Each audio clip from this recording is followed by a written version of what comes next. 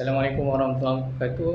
Hai, bersama saya sekali lagi Anurul Hakim Ahmad dalam Cartoon X ataupun Cartoon X dalam Cartoon X Channel. Hari ini kita nak bercerita pula item kedua yang seperti kita kata dalam video berkenaan apa yang perlu kita ada untuk menjadi seorang home barista atau pembuat kopi di rumah adalah grinder. Pertama sekali saya nak cerita kenapa pentingnya anda mempunyai grinder sebagai seorang pembuat kopi di rumah ataupun home barista. Pertama sekali adalah sebab anda memerlukan grinder supaya anda dapat mengisar atau grind kopi anda fresh setiap kali anda membuat kopi di rumah.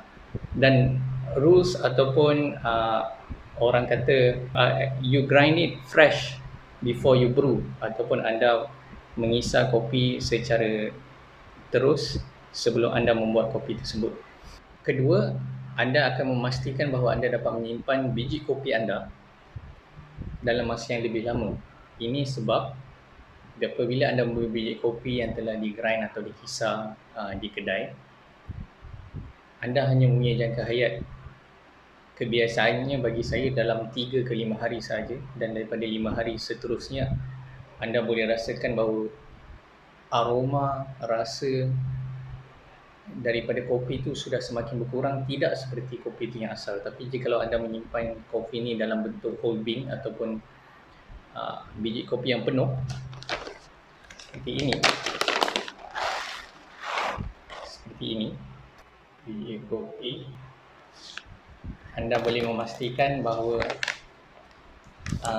kopi anda boleh disimpan sehingga hampir sebulan, 30 hari.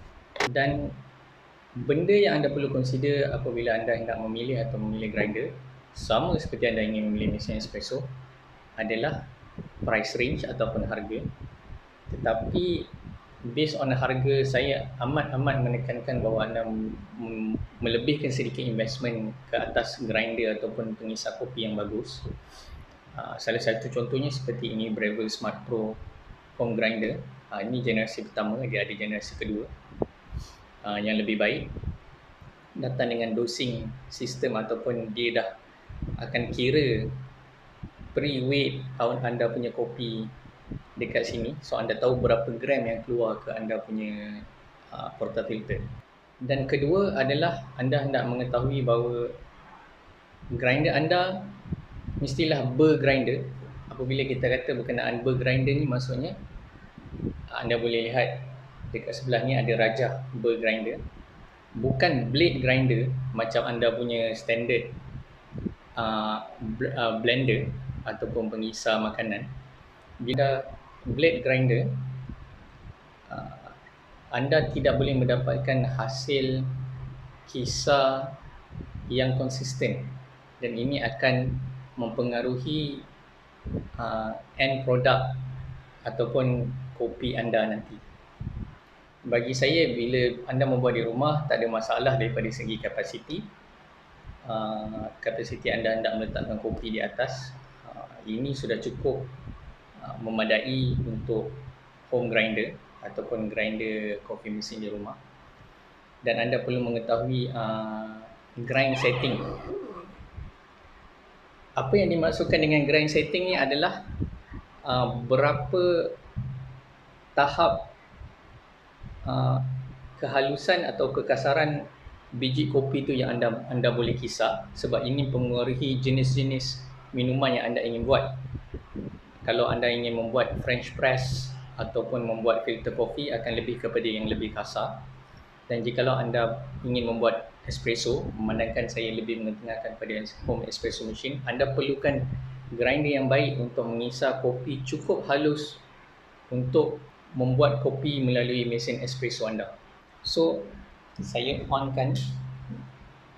So, saya bagi contoh mesin kopi.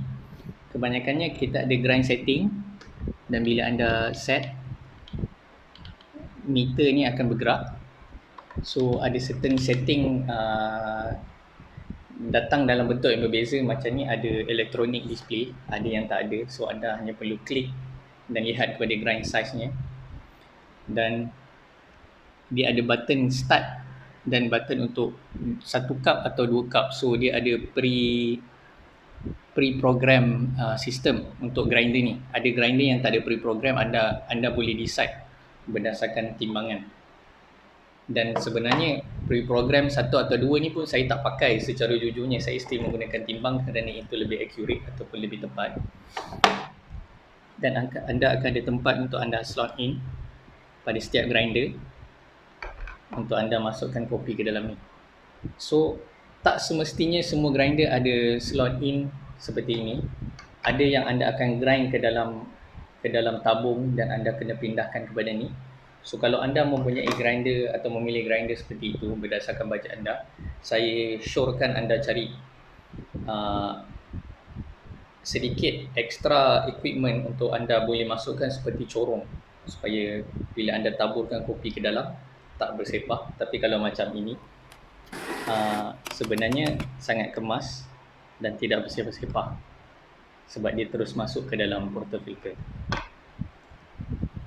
Dan saya bagi contoh, ini sekarang dalam setting fine. Biasanya saya akan pakai setting fine untuk espresso dan saya akan doskan dalam 17 ke 20 gram berdasarkan jenis kopi. So contoh kopi yang saya ada sekarang ni adalah Panama Bonita Springs daripada Dahab yang di roast dalam espresso base coffee. So biasanya saya akan pakai fine dan dosing untuk kopi ni saya pakai 20 gram dan saya extract 27 ke 30 gram. So bila anda tekan start ataupun ada push button kat sini, dia akan initiate grind dan dia biasanya akan ada pada setiap grinder lah.